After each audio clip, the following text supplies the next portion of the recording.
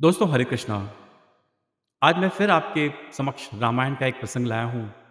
आशा है आपको सुनकर आनंद की अनुभूति होगी। शबरी को आश्रम सौंपकर महर्षि मतंग जब देवलोक जाने लगे, तब शबरी भी साथ जाने की जिद करने लगी। शबरी की उम्र 10 वर्ष की थी। वो महर्षि मतंग का हाथ पकड़कर रोने लगी। महर्षि शबरी को देखकर व्याकुल हो उठे। शबरी को समझाया कि हे पुत्री, इस आश्रम में भगवान आएंगे, तुम यहीं प्रतीक्षा करो। अबोध शबरी इतना अवश्य जानती थी कि गुरु का वाक्य सत्य होकर रहेगा। उसने फिर पूछा, कब आएंगे गुरुदेव? महर्षि मतंग त्रिकालदर्शी थे। वे भूत भविष्य सब जानते थे। वे महर्षि थे। महर्षि शबरी के आगे घुटनों के बल बैठ गए और शबरी को नमन किया। आसपास उपस्थित सभी ऋषिगण असमंजस में डूब गए। अरे, ये उलट कैसे हुआ? गुरु यहां शिष्य को नमन करे, ये कैसे संभव है? परंतु महर्षि के तेज के आगे कोई बोल न सका। महर्षि मतंग ने कहा, पुत्री, अभी उनका जन्म नहीं हुआ है। अभी दशरथ जी का लग्न भी नहीं हुआ है। उनका कौशल्या से विवाह होगा, फिर भगवान की लंबी प्रतीक्षा होगी, फिर दशरथ जी का विवाह सुमित्रा से होगा, फिर प्रतीक्षा, फिर उनका विवाह कैकेयी से होगा, फिर प्रतीक्षा, फिर वो जन्म लेंगे, फिर उनका विवाह माता जानकी से होगा, फिर उन्हें 14 वर्ष का वनवास होगा, और फिर वनवास के आखिरी वर्ष माता जानकी का हरण होगा। तब उनकी खोज में वे यहाँ आएंगे।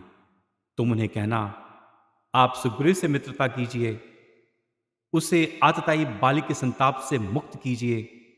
आपका अभिष्ट सिद्ध होगा और आप रावण पर विजय भी अवश्य प्राप्त करेंगे।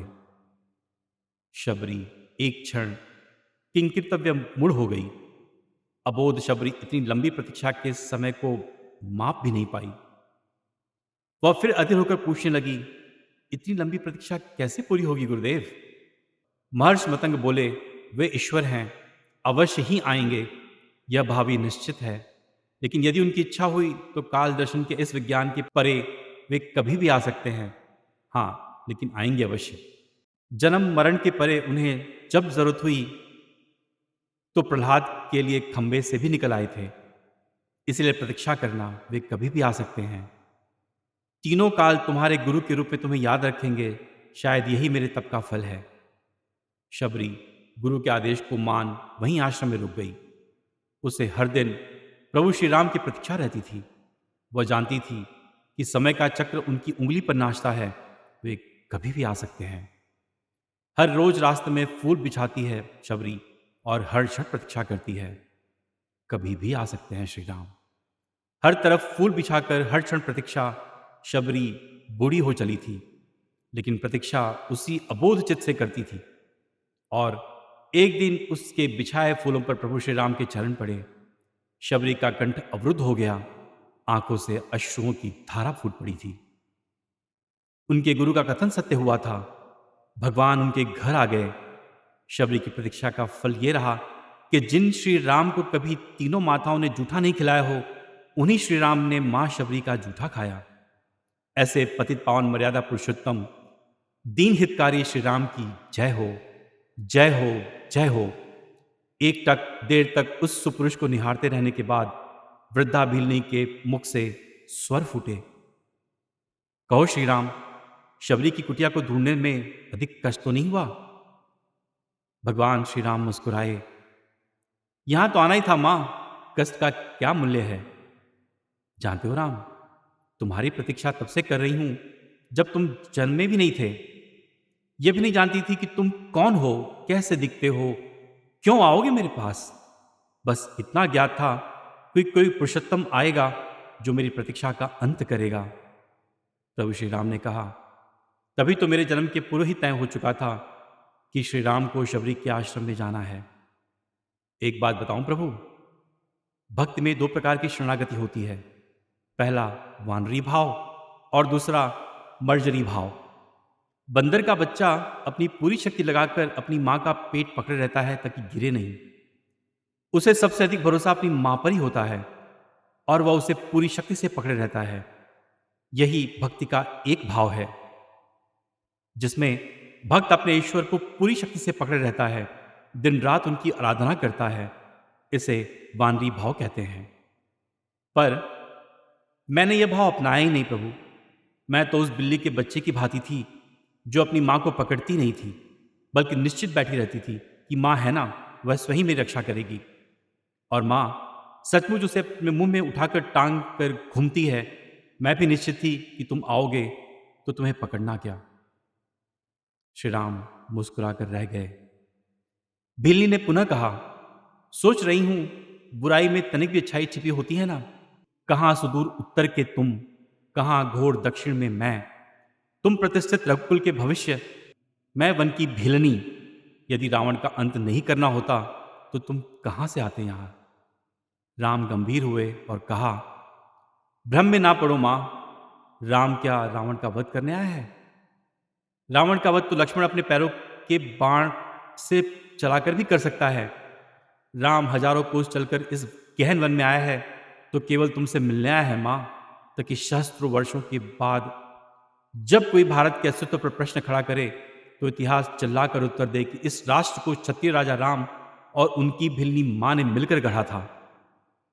जब कोई भारत की परंपराओं पर उंगली उठाए तो काल उसका गला पकड़कर कहे कि नहीं, यह एकमात्र ऐसी सभ्यता है जहां एक राजपुत्र वन में प्रतीक्षा करती एक वनवासिनी से भेंट करने के लिए 14 वर्ष का वनवास स्वीकार करता है। राम वन में इसलिए नहीं आया है ताकि जब युगों का इतिहास लिखा जाए तो उसमें अंकित हो कि प्रशासन और सत्ता जब पैदल चलकर वन में रहने वाले समाज के अंतिम व्यक्ति तक पहुंचे तभी वह राम राज्य है। राम वन में इसलिए आया है ताकि भविष्य स्मरण रखे कि प्रतीक्षाएं अवश्य पूरी होती हैं। राम रावण को मारने भन के लिए नहीं आया है मां। माता शबरी एकटक श्री राम को निहारती रहीं। श्री राम ने फिर कहा, राम की वन यात्रा रावण युद्ध के लिए नहीं है माता।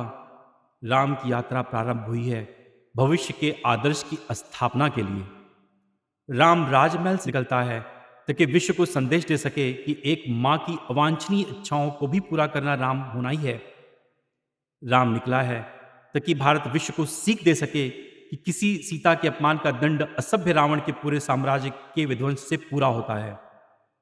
राम आया है ताकि भारत विश्व को बता सके कि अन्याय और आतंक का अंत करना ही धर्म है।